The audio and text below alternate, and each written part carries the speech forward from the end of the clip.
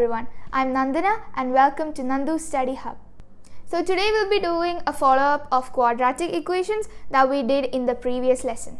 So today we'll be looking at how to find the solutions of a quadratic equation.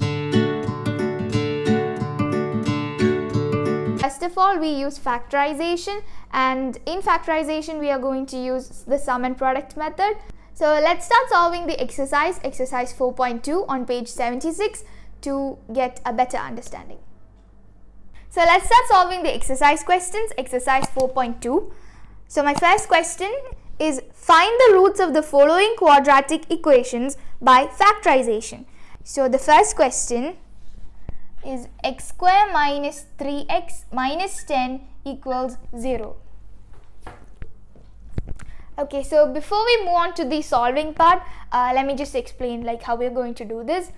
So in these steps of factorization questions, we mostly use splitting the middle term method, also called as the sum and product method. So here your middle term is minus 3x, you can take it as minus 3, and so minus 3 is your sum. And then for the product part, in the x square term, 1 is the coefficient of x square. So 1 into minus 10 gives you minus 10, which becomes your product. So when we are doing the sum and product method, we mostly prefer to use an x and then put the multiplication sign and the addition sign down. So in the product part, we can write minus 10, and in the sum part, we can write minus 3. So when you have to find these two numbers, what you have to do is to check the factors of your product. So minus 10, we have 5 and 2.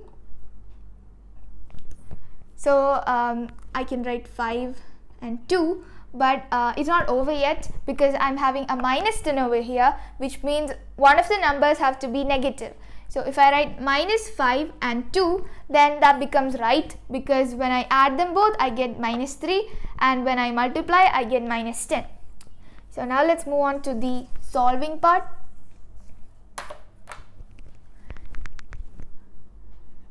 So in the next step, I have to split the middle term, that is split this minus 3, that number. So I get x square minus 5x, don't forget the x, plus 2x minus 10 equals 0. Now in order to make this more easier, you can put brackets around this two terms and then the next two terms, just for making it better. So x square minus 5x, what's common in them is x, so we can write x, and in the inner bracket we can write x minus 5. And also in the next part, what is common is 2, so I can write 2 over here, but before that there has to be a sign written over here, so it should be either negative or positive.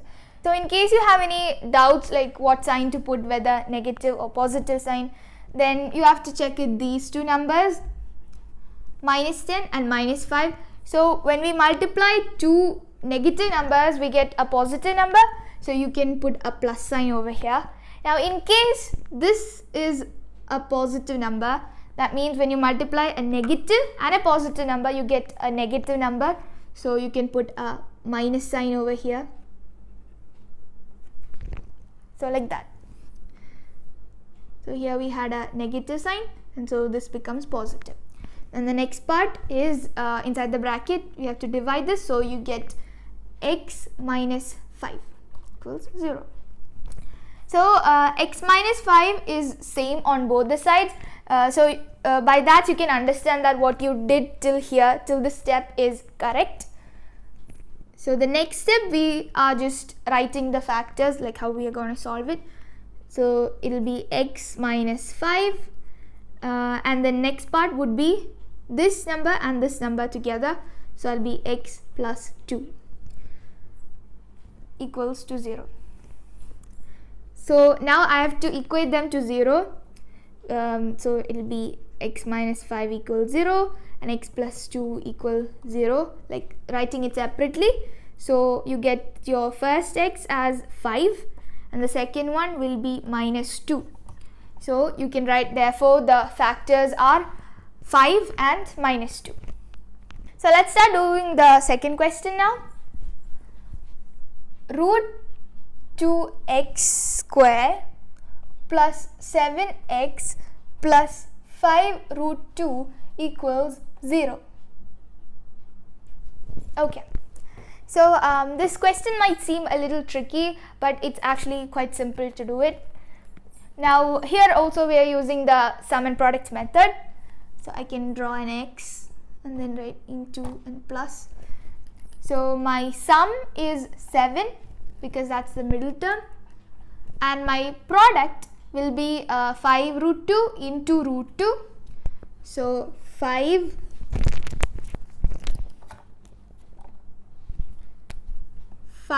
root 2 into root 2.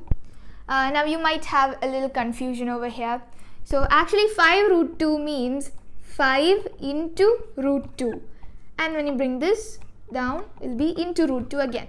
So when you multiply two roots together, you are getting only that number, which gives us 5 into 2. That will be 10. So I can write 10 here as the product. Now I have to find these two numbers. So 10's factors are 5 and 2. So if I write 5 and 2, so 5 into 2 is 10, 5 plus 2 is 7. Now we can split the middle term. Root 2x square plus 5x plus 2x plus 5 root 2 equals 0. So because we have a 5 over here, it will be much more easier if you can put the 5 here and the 2 over here. Now if we start doing, now at first because of the root 2 you might have a doubt like how do I do this. So in that case you can start over with this part rather than this. So when we come here, it will be all are positive, so you can write positive, and what's common is 5. So I can write 5, and then the bracket will be x plus root 2 equals 0. Now again, if I bring this to the other side, I know anyways I should get the same number here and here. So I can write x plus root 2 directly, and then divide this with whatever you have there. So I divide root 2x square by x, I get root 2x. So this is the step. Now how do you get 2x? Just like how we did the other one, root 2x into root 2. Root 2 into root 2 gives you 2, and you have a remaining x, so that gives you 2x. So in case you're having a doubt to start over with this part, you can always do it with the other one. So I have x plus root 2 on both the sides, which tells me that this part of my solving is correct. So I can write x plus root 2, and the next one is root 2x plus 5. So root 2x plus 5.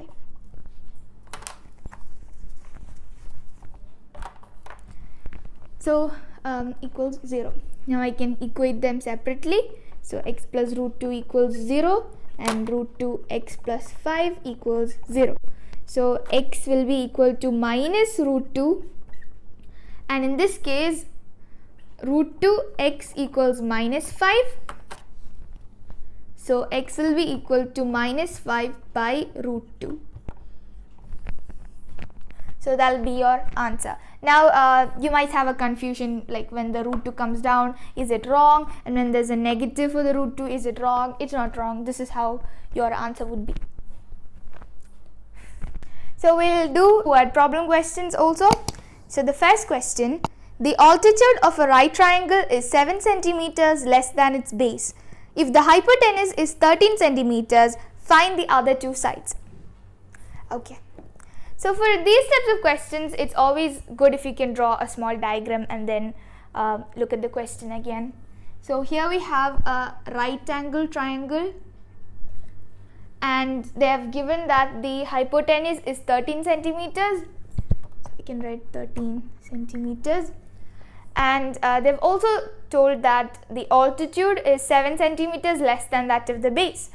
which means the base can be taken as x, and your altitude, which is the height, can be taken as x minus 7. So in the answer part, you can write, always write the let statement, don't forget that. Let x be the base. Okay. So this is a right angle triangles question. So as we do in most other questions, in case of a right angle triangle, we tend to use the Pythagoras theorem. So in this case also we are going to use the Pythagoras theorem. So according to the Pythagoras theorem, c square equals a square plus b square. So here 13 centimeters, your hypotenuse is the c, your base is the a, and your height is the b. So when you substitute, you get 13 square equals x square plus x minus 7 the whole square. So 13 square is 169 equals x square plus this is the type of a minus b the whole square. So you can write a minus b the whole square gives you a square plus minus 2ab plus b square. So you get x square minus 14x plus 49. Now we can bring this step to the other side. So you get 2x square, we are adding these, so 2x square minus 14x plus 49. We bring the 169 to the other side, so you get minus 169 equals 0. Next will be 2x square minus 14x minus 120. You subtract, you get minus 120 equals 0. So if you want to make this much more simpler, you can divide all of this by 2 because 2 is there in front of the coefficient, and also everything is divisible by 2.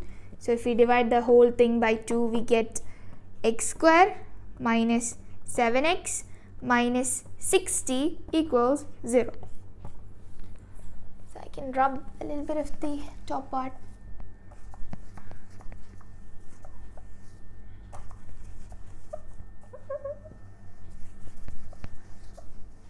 Okay. So that's my equation that I got at last. Now I have to factorize this in order to find the x. So x square minus 7x minus 60 equals 0. Again we are going to do the sum and products method. So when we multiply, the cross, and then the sum is minus 7 and your product is minus 60. So what's common between these two, we have to check. So 60's factors are 1, 60, 2, 30, 3, 20, 4, 15, 5, 12. So 5 and 12 would be better. So if we check 5 and 12, then one of this should be negative. So I can put minus 12. So if I put minus 12, when I multiply I get minus 60, and when I add those two, 5 plus minus 2, I get minus 7. So that's correct. Now if we move on to the next part, x square, we're splitting this middle term minus 7, so you can write plus 5x minus 12x minus 60 equals 0. Now this is one side and this is the other side. So x square plus 5x, what is common is x.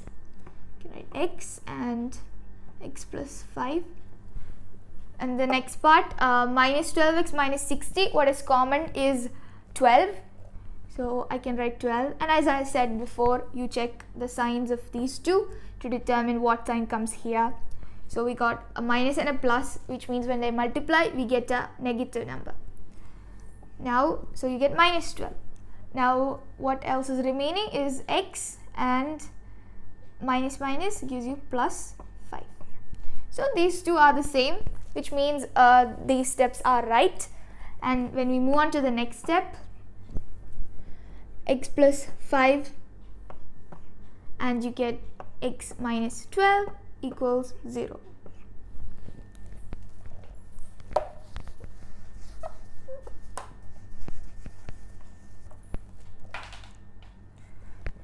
So if I equate them separately, I will get x plus 5 equals 0 and x minus 12 equals 0. Okay, so this means x equals minus 5 and here x equals 12. But in this case we have a different thing coming up. That is, here we have a negative number and here we have another x which is positive. So our question, according to our question, x is the base. So you can never have a negative number as the base of a triangle. So for that reason you can write, therefore x equal minus 5 is rejected. Means we are avoiding that number. It's rejected. Why? Since base can't be negative. Or instead of base you can write length can't be negative. That's also fine, since the length can't be negative. So rub a little bit of this.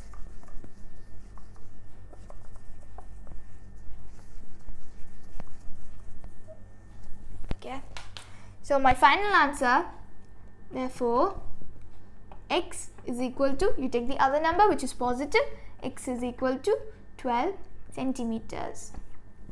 So that's the final answer. So thank you for watching my video, and I hope you understood the concepts really well. So if you're watching my channel for the first time, please don't forget to subscribe so that you get notifications whenever I upload a new video, and thank you so much.